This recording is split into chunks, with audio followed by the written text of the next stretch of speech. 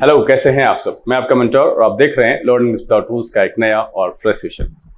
यहाँ पर फिर से मैं उपस्थित हुआ हूँ द हिंदू की वोकैबुलरी के साथ, जो कि आज के हिंदू एडिटोरियल से लिया गया है।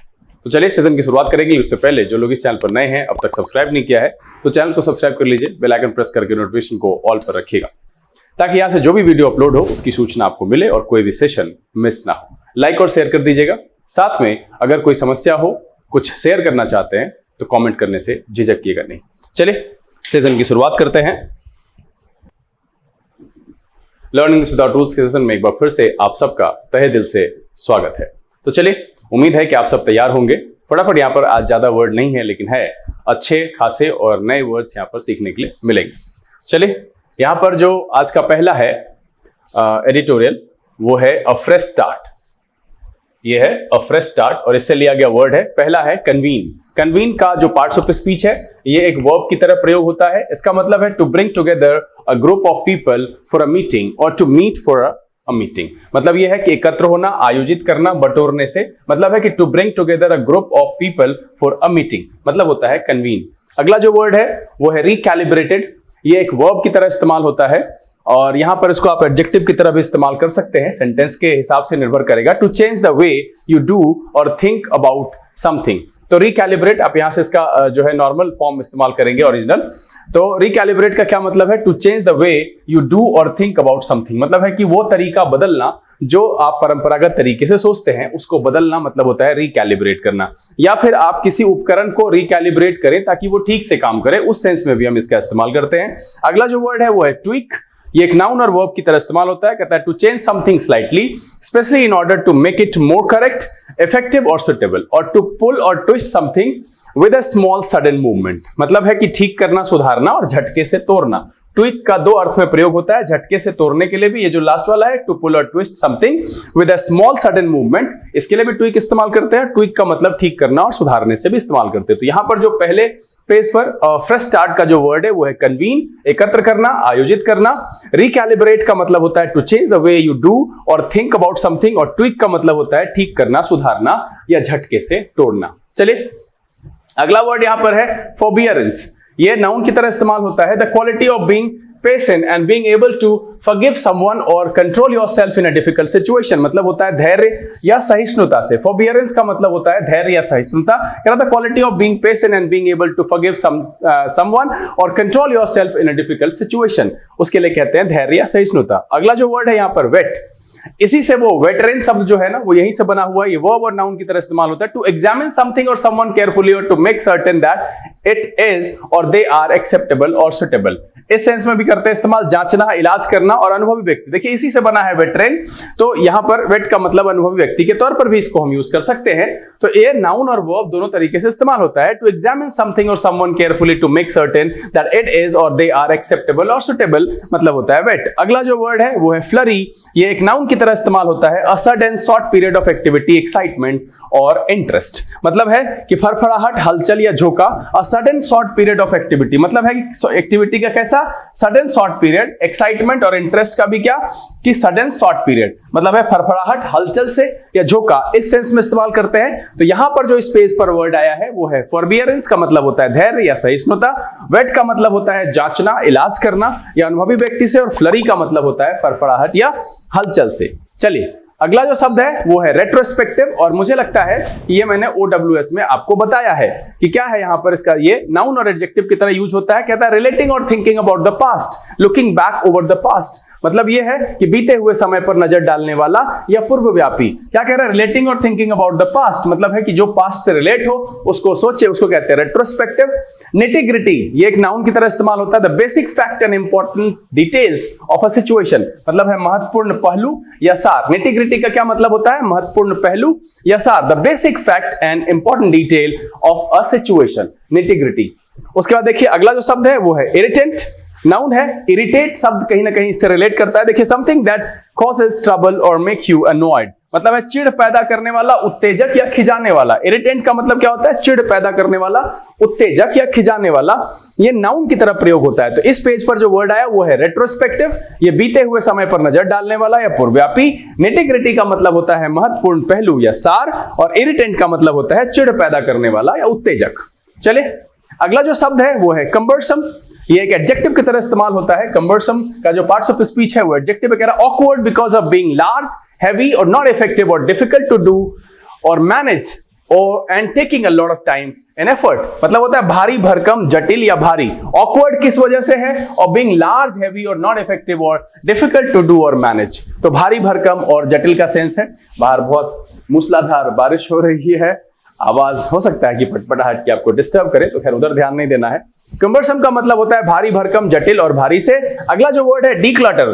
डीक्लटर वर्ब की तरह इस्तेमाल होता है। कह रहा है to remove thing you do not need for a place. मतलब है कि वैसी चीजों को हटाना जो इसकी आपको किसी स्थान पर जरूरत नहीं है, या in order to make it more pleasant and more useful.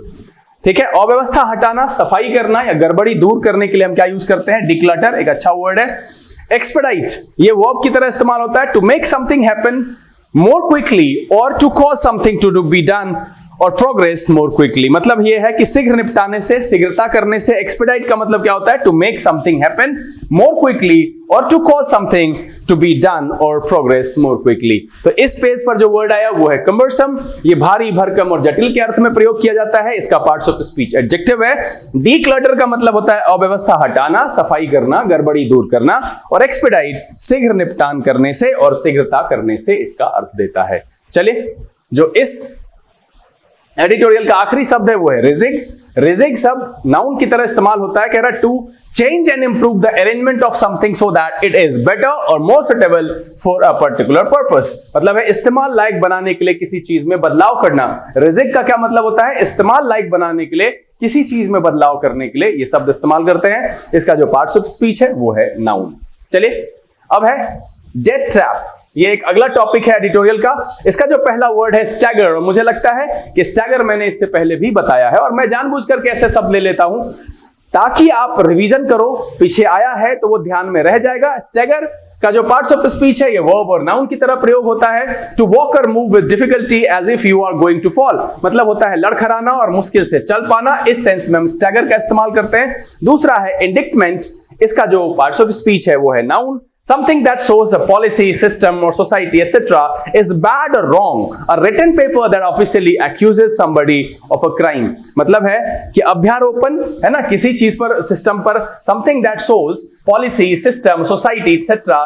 is bad or wrong. या फिर written paper जो ये साबित करता है कि कोई जो है somebody accuses somebody of crime, मतलब है अभियोग पत्र कहते हैं इंडिक्टमेंट का। Ballooned अब देखिए नाउन और वर्ब की तरह इस्तेमाल होता है। To become larger, specially quickly, और to quickly increase in size, weight, यहां स्पेलिंग देख लीजिएगा, वेट और इंपॉर्टेंस, मतलब है तेजी से बढ़ना। बलून शब्द का इस्तेमाल जो होता है वो पार्ट्स ऑफ स्पीच के तौर पर नाउन और वर्ब की तरह कर सकते हैं। To become larger, specially quickly, और quickly increase in size, weight और इंपॉर्टेंस, मतलब होता है तेजी से बढ़ना। तो यहां जो वर्ड आया वो है स्टैगर, मतलब होता है लड़खड़ाना, मुश्किल से चल पाना। इंडिक्टमेंट, इसका मतलब होता है अभ्यारोपण या अभियोग पत्र। उसके बाद है बलून्ड, इसका मतलब होता है तेजी से बढ़ना। चलिए, इस टॉपिक का जो आखिरी शब्द है वो है ऑस्टेरिटी। ऑस्टेरिटी जो है नाउन की तरह इस्तेमाल होता है। इसका पार्ट्स ऑफ स्पीच नाउन है। कहता है difficult economic conditions created by government policies aimed at cutting public spending. मतलब होता है कठोरता या कठोर नियम से। देखिए, difficult economic conditions created by government policies. Austerity का मतलब होता है ऐसा डिफिकल्ट कंडीशन जो कि गवर्नमेंट पॉलिसीज की वजह से क्रिएट हुआ है। Aimed at cutting public spending, ठीक है, मतलब है कठोरता या कठोर नियम से। तो इस टॉपिक में यही 4 शब्द थे। चलिए, एक और टॉपिक है, कह रहा है प्रीचिंग, कंसेंसस, प्रोवोकिंग, कन्फ्रंटेशन। यहां पर जो पहला शब्द है वो है प्रिटेंशन। प्रिटेंशन नाउन की तरह इस्तेमाल होता है और इसका है अ क्लेम और believe that you can succeed और दैट यू आर इंपॉर्टेंट और हैव सीरियस वैल्यू। मतलब है झूठा दावा या मिथ्याभिमान। प्रिटेंशन का मतलब क्या होता है? झूठा दावा या मिथ्याभिमान। मतलब है कि आप कोई झूठा दावा करें या आपको कोई मिथ्याभिमान है कि आप जो सोचते हैं वैसा है नहीं रियलिटी में, तो उसके लिए कहते हैं प्रिटेंशन। ये नाउन की तरह इस्तेमाल होता है।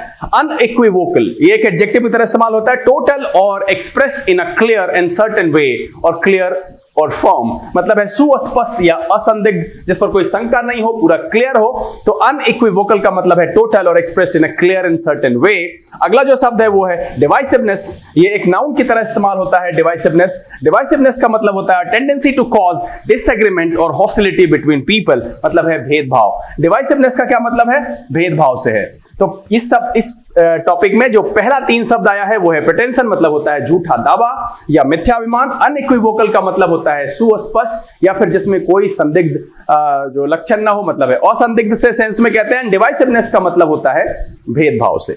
चलिए अगला जो शब्द यहां पर है वो है डिस्कॉर्ड। ये एक नाउन की तरह इस्तेमाल होता है। कह रहा लैक ऑफ एग्रीमेंट और harmony between persons, things and ideas, मतलब होता है मतभेद या बेसुरापन से।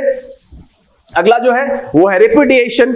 ये एक नाउन की तरह इस्तेमाल होता है। कह रहा the act of refusing to accept something or someone as true, good or reasonable, मतलब है अस्वीकरण। मतलब इस चीज को कह रहा है एक्ट ऑफ रिफ्यूजिंग, मतलब एक ऐसा एक्ट जहां पर हम रिफ्यूज कर दें, स्वीकार करने से कि समथिंग और समवन वो ट्रू है, अच्छा है या रीजनेबल है, उसको कहते हैं रिपुडिएशन। ये नाउन की तरह इस्तेमाल होता है। और वेरीगेटेड ये एक एडजेक्टिव की तरह इस्तेमाल होता है। हैविंग स्पॉट्स और मार्क्स ऑफ डिफरेंट कलर, मतलब है विविधतापूर्ण या रंग बिरंगा के लिए हम कहते हैं वेरीगेटेड शब्द का इस्तेमाल करते हैं। तो यहां पर जो 3 शब्द आए, पहला है डिस्कॉर्ड, मतलब होता है मतभेद या बेसुरापन। रेपुडिएशन का मतलब होता है अस्वीकरण, मतलब यह है कि हम ये रिफ्यूज कर दे स्वीकार करने से कि कुछ भी अच्छा है, रीजनेबल है और ट्रू है। अगला है वेरीगेटेड का मतलब होता है विविधतापूर्ण या रंग बिरंगा। चलिए अगला शब्द यहां पर लेते हैं, वो है कैमरेडरी। बहुत ही कॉमन है, आप सब इसको जानते होंगे, एक नाउन की तरह इस्तेमाल होता है। कह रहा feeling of friendship and trust among people who work और spend a lot of time together, मतलब होता है मित्रता और सौहार्द से। कैमरेडरी का मतलब हार्मनी कह सकते हैं, मित्रता और सौहार्द कह सकते हैं। अगला जो वर्ड है फोस्टर, फोस्टर वर्ब की तरह इस्तेमाल होता है। To encourage something to develop or help or encourage the development of something, especially feelings or ideas, मतलब है प्रोत्साहन देना, बढ़ावा देने के लिए हम शब्द इस्तेमाल करते हैं। फोस्टर दे, कितना अच्छा अच्छा शब्द है। अगला जो वर्ड है वो है बिलाय। बिलाय वर्ब की तरह इस्तेमाल होता है और बिलाय का मतलब to give a false impression of somebody or something, मतलब होता है झुठलाना या मिथ्या साबित करने का जो मीनिंग देना हो तो हम यूज करेंगे बिलाय, ठीक है। और मुझे बताइएगा किसी रीजनल में किसी जानवर का ये नाम है क्या? बताइएगा किस किस के एरिया में इस नाम का कोई जानवर है। तो यहां जो शब्द है वो है कैमरेडरी, मतलब होता है सौहार्द या मित्रता। फोस्टर का मतलब होता है प्रोत्साहन देना, बढ़ावा देना। और बिलाय का मतलब है झुठलाना और मिथ्या साबित करना।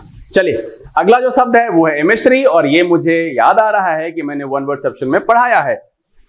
तो इसका जो सेंस है, a person who is sent to deliver an official message especially from one country to another or perform a special task, मतलब होता है दूत कहते हैं। एमिशरी का मतलब होता है दूत। अगला जो वर्ड है वो है यूनानिमिटी। यूनानिमिटी नाउन की तरह इस्तेमाल होता है। Complete agreement about something among a group of people, मतलब है एकमतता या सर्वसम्मति। यूनानिमिटी शब्द का मतलब होता है सर्वसम्मति। अगला जो शब्द है वो है dress up. Dress up phrasal verb है और इसका मतलब होता है to mention something that has been forgotten, especially something unpleasant or embarrassing, मतलब होता है उल्लेख करना। अब देखिए यहां उल्लेख क्या करना है वो देखना है, समथिंग अनप्लेजेंट और एम्बैरेसिंग। देखिए मेंशन करने के अर्थ में भी कई सारा अर्थ आता है। अगर कुछ एम्बैरेसिंग है उसको आप याद करके, जो भुला गया है लोग, अनप्लेजेंट और एम्बैरेसिंग उसका उल्लेख कर रहे हैं तो हम ड्रेस अप कहते हैं उसके लिए। तो यहां पर जो वर्ड है एमेसरी मतलब होता है दूत, यूनानिमिटी का मतलब होता है एकमतता या सर्वसम्मति, और जो ड्रेस अप है इसका मतलब होता है उल्लेख करना, लेकिन क्या? Something unpleasant or embarrassing. चलिए अगला जो शब्द है ये ऑगर। ये वर्ब की तरह इस्तेमाल होता है। Indicate by science, to be sign of specially good और bad thing in the future, to be sign that something will be successful और not successful in the future. इसका मतलब होता है पूर्व सूचना देने से। ऑगर का मतलब क्या होता है? पूर्व सूचना देना, और ये एक वर्ब की तरह प्रयोग होता है। चलिए अगला जो वर्ड है वो है एबियंस। ये एक नाउन की तरह इस्तेमाल होता है। इसका पार्ट्स ऑफ स्पीच नाउन है। स्टेट ऑफ टेम्पररी इनएक्टिविटी, है ना, मतलब है कि अस्थायी विराम कह सकते हैं। स्टेट ऑफ नॉट हैपनिंग और बीइंग यूज्ड एट प्रेजेंट, मतलब है कि क्षणिक विराम, रुकाव या स्थगन कहते हैं एबियंस का मतलब। और जो रिक है ये वर्ब की तरह इस्तेमाल होता है। To cause something to happen in a violent and often uncontrolled way, मतलब है बदला लेना, गुस्सा उतरना या प्रतिशोध लेने के सेंस में हम इसका इस्तेमाल करते हैं। तो यहां पर जो वर्ड है वो है ऑगर। ऑगर का मतलब होता है पूर्व सूचना देना। एबियंस का मतलब होता है क्षणिक विराम, रुकाव या स्थगन। और रिक का मतलब होता है बदला लेना, गुस्सा उतरना या प्रतिशोध लेने से। चलिए यहां जो अगला वर्ड है वो है, अरे एक कॉल बज गया था, इंटिमिडेशन।